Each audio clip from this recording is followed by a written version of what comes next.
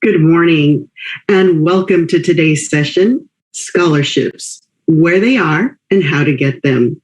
Good morning, I'm Dr. Nancy Lewin and I'm Senior Director at ACT's Center for Equity and Learning. And I'm so glad that you're here today. Like when it comes to paying for college, we really need to get information so that we're successful in paying for college when we get there. So I work with the center, and a little bit about the center. We really seek to increase equity in our learning focuses in order to achieve ACT's mission, which is helping people achieve education and workplace success. So I know today we have a mixed audience. We have some educators, counselors, different individuals who help support our parents and students. But today's information, those individuals that are educators can use to help our students and parents. And parents and students who are here with us today, this information is going to be serving you well in looking at how we can pay for college for our students. Well, a little bit about myself. I am a first-generation college student, and I went to school on a music scholarship. I also had an academic scholarship, and then a scholarship from a prior elementary school. They were offering scholarships if we had attended that university and if we applied. But those were the scholarships that I received, but I missed out on so many more scholarships. And I don't want the same thing to happen to you all. There's money out there and we do not want to leave it on the table. So I want to make sure that today I give you some information on how to seek out some scholarships. So scholarships really are based on you. What do you do? What are your talents and skills and interests? What do you want to be as far as a professional career? Or what are you interested in? Where are you from? What are your backgrounds made of? So there are a lot of scholarships based on all of those areas. So let's look today. I want to share with you 4 major sites. These are trusted sites and databases that you can use in order to find scholarships that fit the needs of your family, fit your needs, and basically how to go out and get those dollars for college. The 4 major ones are a site called scholarships.com. The second is Scholarships 360. There's another site called JVL College Counseling. And then there's another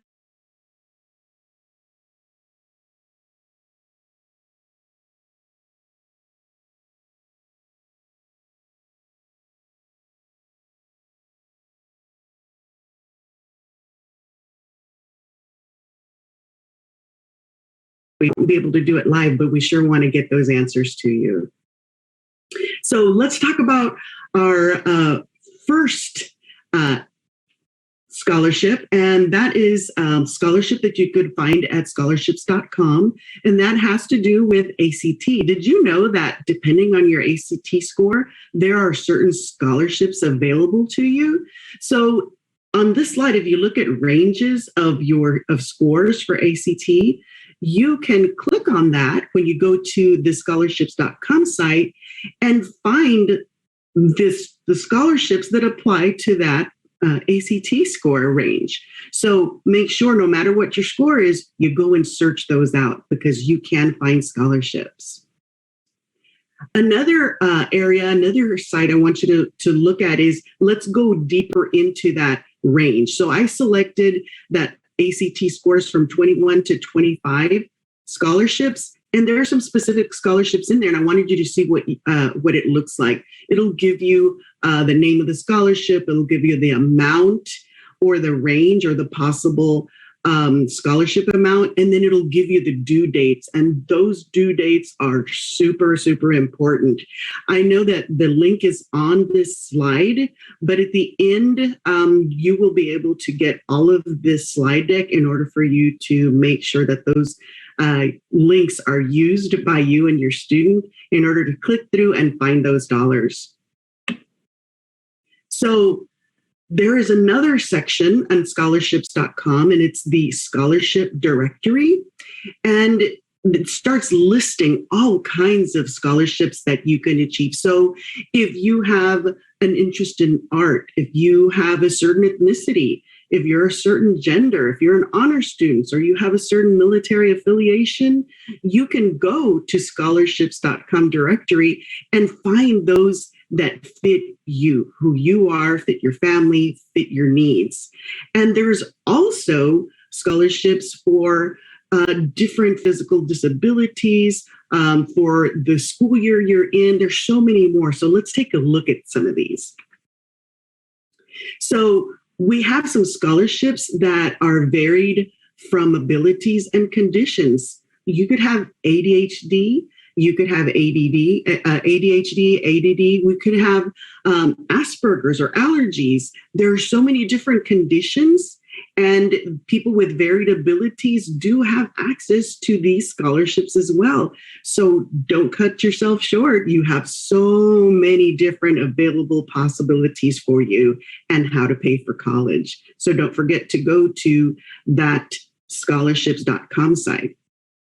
So let's look at some of the special attributes that you might have already and can give you access to scholarships. Let's say you're a bilingual individual, you speak a second language. Maybe you had a birth mother that placed you into adoption. Maybe you're a credit union member. Maybe there's a specific skill. There's one that was really interesting here, duck calling. There are so many varied attributes that you can find scholarships for, but you have to know where to find them. You have to know where to look, and you have to make sure that they're trustworthy.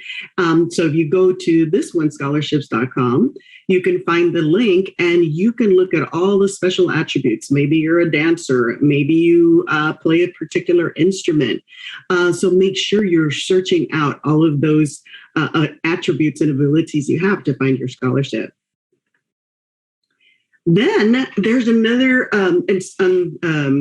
scholarships.com. You can find different categories. So, for example, if you're not too keen on always writing essays, there's some easy scholarships. There's some no essay scholarships. But then you will find those where if you are a writer and you know that writing that essay is going to give more information about who you are to the scholarship selection committee, maybe you want to write that scholarship. There's merit scholarships. If you're in STEM or if you want to be in nursing, you can find those scholarships here at the site. Also, if you're a female, woman, a Black student, a Hispanic student, and then there's also scholarships by state. Did you know that there's also scholarships by the school of attendance? So if you went to school in, let's just say, Texas, you could find scholarships if you're going to attend a Texas university or college. But if you're going to go to a different state, you can say, oh, I'm going to be going to school in California or in Maryland. You can go click on that site and find scholarships that are available for the location where your school of attendance is going to be. This is an example of what you might see on that site, scholarships.com. And literally, you have a map and you can click on the state and find scholarships that way too. And we know that we have many dreamers. These are our DACA students who might not be citizens, but they might have a Social Security number. And we have some students that might not have Social Security's numbers as well. But you can find scholarships at different sites. So this one particular site, scholarships.com, can also help you find scholarships for DACA dreamers. So these listed here are some of the top scholarships that are provided for our DACA students. And then the next slide is going to show you some scholarships from a new organization called Scholarships 360. They're not so new, but it's different than what I was sharing with you earlier. We have scholarships, so you can start looking at scholarships. So if you're a middle school student right now, you can look at scholarships that you can apply for while you're in middle school that'll start helping build that nest egg for when you do get to university and when you start having to pay for school. So they have these options here. You can be a college freshman, junior, sophomore, junior, senior. You can be a present college student or a transfer student, or you can be a community college student or a graduate student. Because I know that once you get, your undergraduate degree, you can continue to further your education, and there's still scholarships for you out there. So don't forget to look at Scholarships 360. Then there are other scholarships. There are some private scholarships on Scholarships 360. And we talked about the scholarships available on scholarships.com for DACA students. Well, on Scholarships 360, you can also find some scholarships. And some examples here are the Dream U.S. National Scholarship, the Golden Door Scholarship, Questbridge National Match Scholarship. So there are many scholarships available to students who are DACA students or students who do not have Social Security numbers. And I know I keep saying that, but I will mention why in a bit when we start talking about FAFSA and filling out that application. So there are scholarships for DACA students, and you can feel hopeful that you can pay for school. We have another site, which is JVL, and they provide resources for your search to college. They have many links to different ways of getting your scholarships. So apart from doing some counseling in getting to college, you can find out information on the research portion, like where do you search for a college? Where are some college fairs you might visit? There are also some virtual tours, because sometimes traveling to those sites is sometimes not, you're not able to do that, because sometimes the cost of going to all these different locations, all these different universities is prohibitive. So we need to make sure that you know that there's some virtual sites out there that you can go to and kind of visit the campus virtually. This site also helps you with looking at college applications, with college essays, with many different supports that'll help you look at selecting a college and also finding scholarships to pay for that college. On this site, JVL, I want you to know that there's also a category where you can look at the scholarships by month. So let's say, oh, wow, it is September right now. I want to start filling out and completing these scholarship applications. When are the deadlines? So if I start now, how soon can I complete those? So you can literally go on the site and say, okay, which scholarships are due in February? And I have from September to February to make sure I have gotten all of my items together, written my essays, done everything that's required for that scholarship, and submitted those items on time. And that is really, really important, because you need to start organizing yourself. And this is a great way to start looking at when the deadlines are happening and when you need to submit all your items, so that you can make sure that you have that possibility of getting that scholarship. There's also another site, and it's called Get Schooled. Get Schooled helps coach students about colleges, about getting first jobs, and how to succeed in both those places. So going to Get Schooled will also give you more information on not just scholarships, but on many more areas to support you on getting to college. And you can be 16 through 24 and join this site to make sure that you get support along the way. Get Schooled also has how to find those scholarships effectively, looking at the largest scholarships that are given. And, let's just say you want an easy scholarship because you might not have a lot of time to find one. They have some easy scholarships. There's scholarships again here on this side, again for undocumented students. And then there's scholarships for student athletes. So you need to get on these sites and look around because it needs to fit you, what your needs are, your attributes, your personality, and your skills. So what are some items that you might need to prepare? Well, you'll probably need to prepare some essays unless you apply for that no essay scholarship. Sometimes some of the scholarship asks you to submit a quick video of yourself. And I'll give some recommendations here. When you're creating your videos, be your authentic self, but also make sure you look at what's on the background of your videos. You want to make sure you have like a neutral background with nothing distracting behind you so that people are paying attention to you and not the things behind you and around you.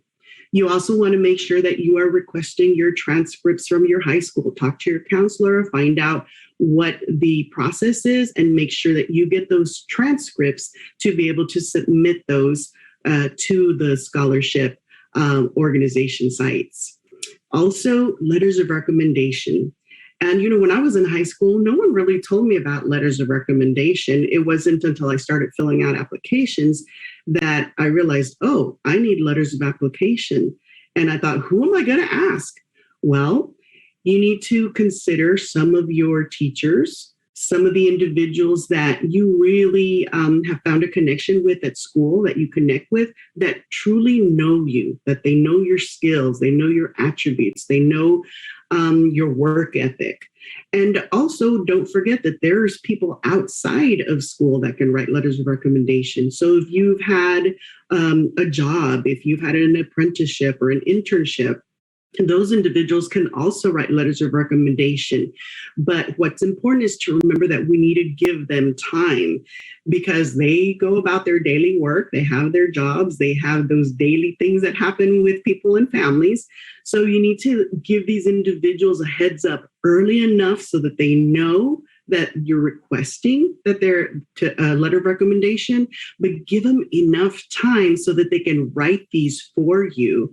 And then that way you will be assured that you'll have all of your letters of recommendation when they're due so that you can submit those. And make sure that your applications are complete. Don't leave blanks. Don't leave open-ended areas where you just leave it blank and they're wondering, well, what happened? Why is there no response here? You need to really be thorough and have someone look over those applications so that they might see something that's missing and give you a heads up so that those things can be completed. Because an incomplete application sometimes knocks you out of the running. So you want to make sure that those applications are complete. So there is a scholarship out there for you, but you can't miss out of those scholarships by letting those due dates pass you by. Sometimes one of the things that, is a strength for you is maybe your academics or your being on a team or you having, a special talent. But one of the special important skills that you need to have, that everyone needs to have, is organization. Because organization will really help you get the money that you deserve and get the money that's out there and available for you to pay for school. So here are some recommendations. Get a calendar, and you can have it on your phone, or you could have it, the old-fashioned paper pencil kind of calendar.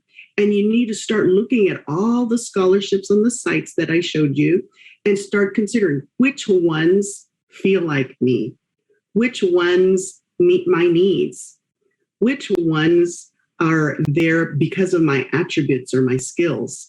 And you need to look at due dates. You need to put that due date on your calendar, and then you need to work backwards. Look at the requirements. If you're going to need essays, if you're going to need a video, if you're going to need letters of recommendation, when are you going to get those done? So you need to backtrack. So if you think you're going to need 3 months to complete all the required items, you need to go back 3 months in your calendar and literally write down, Here's when I'm going to work on my essay. Here's when I have to finish my essay. Here's when I'm going to ask for a letter of recommendation. And I'm going to ask, I'm going to ask this person to write a letter of recommendation for me. And I will try to give them 3 weeks so that you still have time to receive them on time. But the individual, it has enough time to write a great letter of recommendation for you. And it takes a lot of organization. However, at the end, it will pay off. And it will pay off your college, your university costs. So it is super, super important for you to make sure that you are organized and talk to your parents talk to your kids, educators, make sure you're asking about the individual's calendar and when the deadlines are, because sometimes when we're so busy with our everyday life at school, it's really easy to forget, but we need to check our calendars and make sure that we're getting everything done to get those scholarships. So here's one big warning I have for you. If there is a scholarship application fee, don't apply. That is not a legitimate scholarship location for you to trust in. There is never an application fee for a scholarship. So please do not fall into that scam. Do not pay for an application fee for scholarship. Now, there's other ways to find out if a scholarship site is legitimate.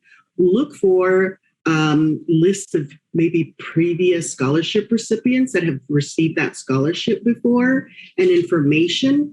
If they have a previous list, if they don't require an application fee, then you can start considering that might be a legitimate site. And then also the other thing I want to warn you about is if someone says, hey, you're a finalist for this scholarship, be forewarned. That's probably not a legitimate scholarship site or organization you can trust in, because you can't be a finalist if you didn't originally apply, right? So please make sure that you are very aware that there are some scams out there, but the sites that we gave you today are really legitimate sites. But if you find other scholarship sites, please make sure you look at these items before you proceed in completing applications and giving people your information. Now, here is the FAFSA form. Whether you've heard of it or not yet, you probably will know about it. This is the free application for federal student aid. And you really need to make sure that you complete this form. Now, the only exception is an individual who does not have a Social Security number cannot fill this out because the Social Security number is required. So every student, no matter what school you're going to, no matter what scholarships you're applying for, everyone needs to fill out the FAFSA form. I have the link here on this slide. So once you receive the slide deck, you'll be able to click on that and go to the FAFSA site. Now, parents, I'll share with you that when students are filling this form out, there'll be some things that you have to do as well. And make sure that you and your child read through this together, because there are certain requirements in looking at that, especially if your child is under 18. And then even if they're over 18, there's still going to be items that they need to get information about in order for the child to fill out the FAFSA. Sometimes in schools, you have meetings where the counselors do a great job of helping you step-by-step complete the FAFSA forms or give you information. Please make sure you attend those. And if you can't, look at the link on this site, and it gives you information on the application, the FAFSA application, and the details of what is needed and why you need it. And in order for people to provide scholarships and the universities and colleges to provide funds to you as well, they will need the FAFSA form completed application, the package that comes back after you fill out the form. Now, don't forget, I'm going to say it again, so important, fill out your financial aid form, the FAFSA. These are required for many scholarships. It provides access to grants and other funding you wouldn't otherwise know about. And I want to let you know there's one other thing. Some states do require a separate state financial aid application for you to complete. Some of our Dreamers and DACA students, you need to check on the state that you are living in and the state that you're going to be attending school in. And some states do provide some financial support, but you need to make sure that you ask that university. If you know what university you want to attend, ask them, do you need a state financial aid information completion for that state you're attending? So make sure you do that. Some require only the FAFSA for some states and universities, but some require the state financial aid application as well. So please make sure you check in your state. So here's what's important.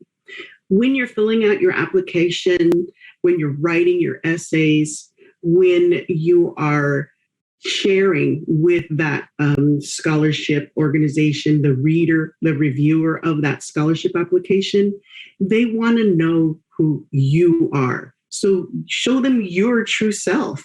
Show them what you love. Show them what your passions are. Show them maybe some challenges you've overcome. Be you. That's what's so important. Never be ashamed of who you are, because what your life experiences are what make you who you are. And they want to know that you're going to really be worthy of this scholarship, but you can't do that if you're not you. So just be your authentic self. And that story that, you tell in your application, in your essays, helps them understand you better. And it helps them understand maybe why you are deserving of that scholarship or why they should select you to get the scholarship. And uniqueness does matter. I happened to go to college on a music scholarship. I wanted to get to college, and then I had an academic scholarship as well. But I might have just gotten an academic scholarship had I not applied for a music scholarship, because I had that ability of singing. So I got a scholarship, music scholarship. So don't shortchange yourself. Think about all the things you do and you love, and make sure that you show your uniqueness, because it does matter. One last item. I thank you for being here for the scholarships presentation, but I want to let you know that right now, here's an opportunity to get a little bit of money. We are looking for some Black, Latinx, and white students that are high school juniors and seniors to do a 90-minute focus group, a student focus group in the next 2 weeks. And here's an email that you can submit if you're interested in being part of that focus group. You have to be U.S. high school and juniors. And once you submit your interest, you'll get information on this. But for students who complete the focus group participation, students will get a $40 Amazon gift card. And hey, who can't use a $40 Amazon gift card? So that's just a little extra information there in case there are some students who want to participate.